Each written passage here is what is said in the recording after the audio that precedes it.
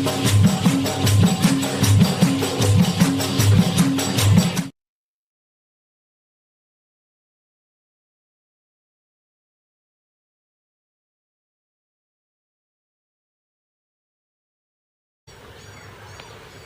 silap tahun lepas. Tak ingat bulan berapa tahun lepas. 2014. 2014. Tak ingat. Tarikh tak ingat. Betul lah. Buku? Bukunya adalah dekat Kuning dah. Ini betul lah. Ini betul lah. Lagu mana kejadian tu? Kejadian lagu tu ceritanya saya daripada mana maksudnya? Daripada Morak rasanya. Masa daripada Morak apa tu masuk jalan ni. Daripada rumah Pak Dara tak silap mari rumah Pak Dara, mudah Pak Dara ni. Lepas tu lalu jalan ni. Bukan betul tu lah. Bukan betul lah. Lepas tu nak balik di rumah Dara lah. Apa panggil benda kia ni. Nak buat klik orang tua, gini orang tua tu. Siapa sini berasa tak sedap dah. Puasa lagu mana? Berasa tu kada tu naik dah bulu-bulu apa tu mari dah. Lepas tu orang tua pun baca sikit sebanyak ayat. 2-3 patah. Siapa ngisi laku getok. Getok kaki. Ngisi situ baru teh sikit.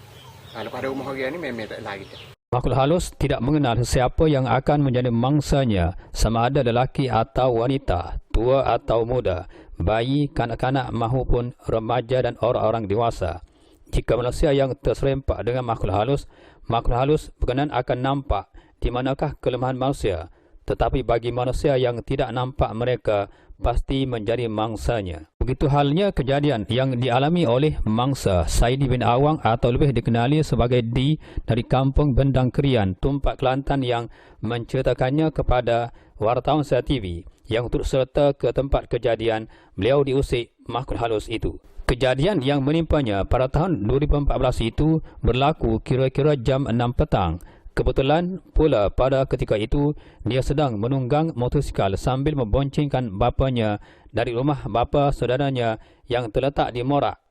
Kedua beranak itu sedang mulai lokasi kejadian di kampung Mensira itu untuk cepat sampai ke rumah mereka di kampung Bendang Krian itu. Menurut Di, pada ketika itu beliau sedang menunggang motosikal bersama bapa dari rumah bapa saudaranya.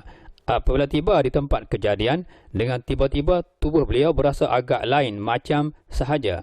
Seluruh tubuh meremang macam ada sesuatu yang mengganggu. Melihat keadaannya ketika itu, bapanya mula membaca beberapa potong ayat suci Al-Quran untuk menghindarkan ketakutan dan gangguan yang mengenai dirinya. Mungkin secara sedar atau tidak, dengan gangguan dan semasa bapanya sedang membaca beberapa potong ayat suci Al-Quran untuk menghindarkan gangguan itu, namun gangguannya semakin tidak keruan dan semakin menjadi-jadi sehinggalah mereka tiba di sebuah jambatan di kampung Mensira itu. Menurutnya, jambatan di kampung itu letaknya berhampiran dengan kediaman penduduk-penduduk kampung menyebabkan gangguan berkenaan berkurangan dan hilang serta-merta. Apabila ditanya adakah beliau dapat melihat bentuk makhluk yang mengganggunya itu, dia menjelaskan makhluk yang turut bersama motosikalnya itu tidak kelihatan pada pandangannya, kecuali bulu ramanya seberasa meremang sahaja. Dia juga tidak tahu makhluk halus jenis apa yang mengganggu dia bersama bapanya pada ketika itu. Dia beranggapan kemungkinan makhluk terbabit keluar dari arah hutan yang terletak di laluan itu dan setelah berhenti di tepi jalan berkenaan, dia pun tiba. Mungkin makhluk itu ingin membonceng dengan motosikalnya, tetapi apabila dilihat sudah ada pembonceng bersamanya, menyebabkan makhluk itu geram sehingga kejadian gangguan itu berlaku. Katanya inilah kejadian pertama beliau diganggu makhluk yang tidak dapat dilihat dengan mata kasar. Sebelum ini beliau pernah beberapa kali mulai tempat ini, tetapi di sebelah setengah hari. Ketika mulai sebelah petang tahun lalu, ketika itulah beliau terkena gangguan seperti ini. Katanya setakat ini hanya kejadian itu adalah kejadian pertama yang dialaminya. Mungkin makhluk itu ingin mengetahui tahap keberanian yang dimilikinya. Sebelum ini dia pernah mulai ke lokasi kejadian tetapi agak awal, sedangkan pada masa kejadian gangguan itu waktu petang. Disebabkan gangguan itu menyebabkan dia menunggang motosikalnya seperti tidak seimbang. Ditanya kepada beliau adakah beliau mengetahui dari lisan penduduk kampung terbabit bahawa laluan yang sedang dilaluinya ketika itu adalah kawasan keras yang sering mengusik. Beliau menjelaskan bahawa beliau sememangnya tidak mengetahui tentangnya.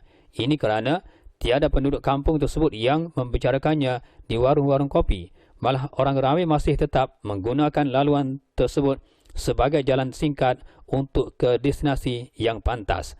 Walau bagaimanapun, dia beranggapan bahawa kejadian itu secara kebetulan terjadi ke atasnya untuk menguji tahap kesabaran dirinya.